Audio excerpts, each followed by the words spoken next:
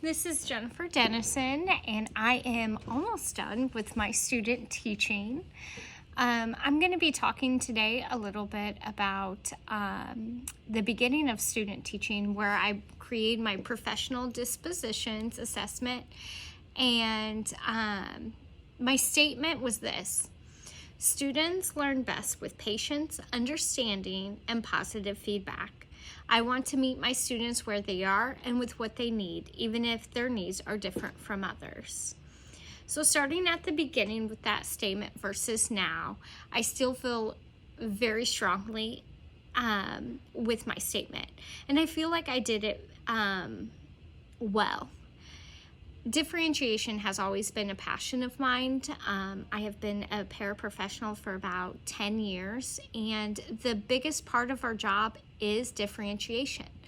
So I'm used to making work different for all of my students that I had, because sometimes as a para you have 3 or 4 students and they're all working on different things and different levels, and you have to be able to meet their needs. And so I was able to expand that into this classroom as well. I did different worksheets with the same topic. So if we're working on, let's say our math lesson today was fractions with the same numerator, I had different levels of worksheets. I had my enrichment for my kids that are above grade level. I had grade level, and then I had what is called a reteach. And so that is where they work on getting the steps down and putting everything together so that they're able to accomplish the correct answer and the way it's supposed to be presented. It's one thing that to think about, it's the next to do. And it was a struggle because I went from having 3 or 4 students to do this for to 24 students to do this for, and to find exactly where they are for that lesson. You can't always judge at the beginning of the lesson. Some of my kids that weren't understanding fraction lines was doing really, really well. And so I was able to give them the enrichment. And so I had to be able to change my plans at the drop of a hat and make those last minute decisions. And then I made it to where all my students know that nobody gets the same work. It comes with their name already printed on it. So I pass them out instead of everybody getting passed out and me trying to figure out which one goes to which people. Makes it a lot easier for me as a teacher. I grade with differentiation.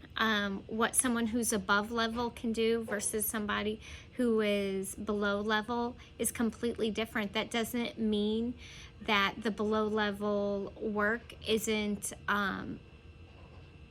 viable. You look at where they're at, and if you see growth, you're going to grade them better because you see the growth. Because that's what we want to see as teachers. We want to see a teacher grow from point A to point B. And so there's many different ways that we do that. And a lot of that is taking into account data. And thank goodness for technology, because it makes it so much easier to collect data now that we have all this amazing technology, spreadsheets, apps, things like that. But I don't just use technology just for my data collection. I use it every day throughout the school day while teaching the students. So when I'm teaching the students, I am using my Google presentations that has all of our slides for that day already up there. I just have to press a button and we just go right on to videos, to hands-on activities, to technology manipulatives. My kids love the fraction strips that are on an app where they can manipulate them. And they have shown a lot of growth with being able to understand how to work a fraction strip because of that app. I think technology is incredibly important in order to teach kids. When they get out and become adults and they go to college, they are going to need to be experts in technology in order to succeed. And so we need to teach them from kindergarten all the way up how to maneuver around technology. We need them to be more self-regulated. They know they missed a word. They know, this word doesn't look right. It doesn't look like it's spelled right. What are the things that I can do? Well, I can blend my words together. I can use Google and start typing it in and see if I can see it. And then I know how to spell it. I can ask a friend. These are all ways that they can learn and grow so that by the time they're in college, they're going to be more self-sufficient and be able to handle conflicts and problems in an adult-like way.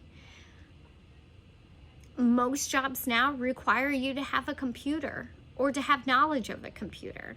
And so pen and paper is still very much important because there are still learners that really succeed in that aspect versus technology. But we also want to make sure that they have everything that they need to be able to know how to work a computer, know how to go from app to app, know how to download. These are all important skills that they're going to learn later on. In the last part of my statement, I talk about understanding and empathy, and I can tell you that is the most important part of this job. If you don't have compassion or empathy, you should not be a teacher.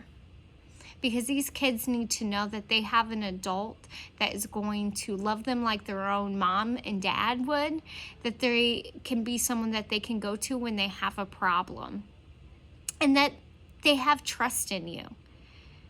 We have a responsibility to our students to be understanding and compassionate.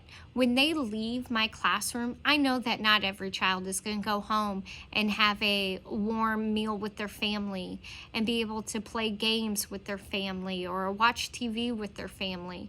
I know some of my students are going to go home and they may be going home to a homeless shelter, or they may be going home where they have to cook.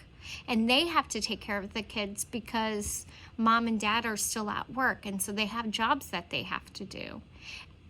And knowing that when they come in the morning, they need to see a happy, smiling teacher who is going to be like, hey, welcome back.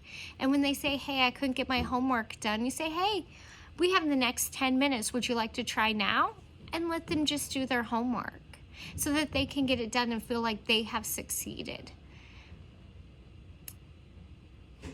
I want to be the teacher that the students are able to just talk to, that they know I can trust her. I may not always be the fun teacher because, well, I have a job to do and not all the time is it going to be fun or even easy. So I don't want to be the fun teacher. I want to be the teacher that they can look up to, that they can say, wow, she really gets me. She really understands me.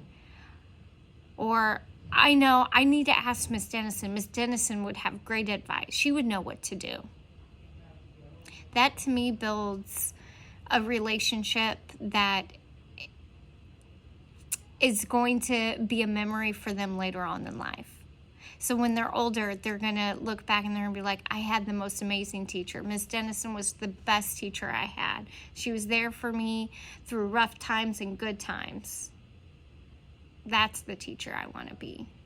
And so that's my philosophy. My philosophy is meeting the kids exactly where they need, even if it means me staying late. Like right now, staying later. I do that all the time. That's what you have to do as a teacher. I put these kids' needs even before my own. And sometimes that can be exhausting. But in the end, it's the most rewarding thing. So thank you for this amazing experience. I've had a great experience. I am going to miss these students like crazy. But I feel really prepared to go out into the world of teaching and have my own classroom because of this school and because of Grand Canyon. I feel like I have everything I need to succeed. So thank you.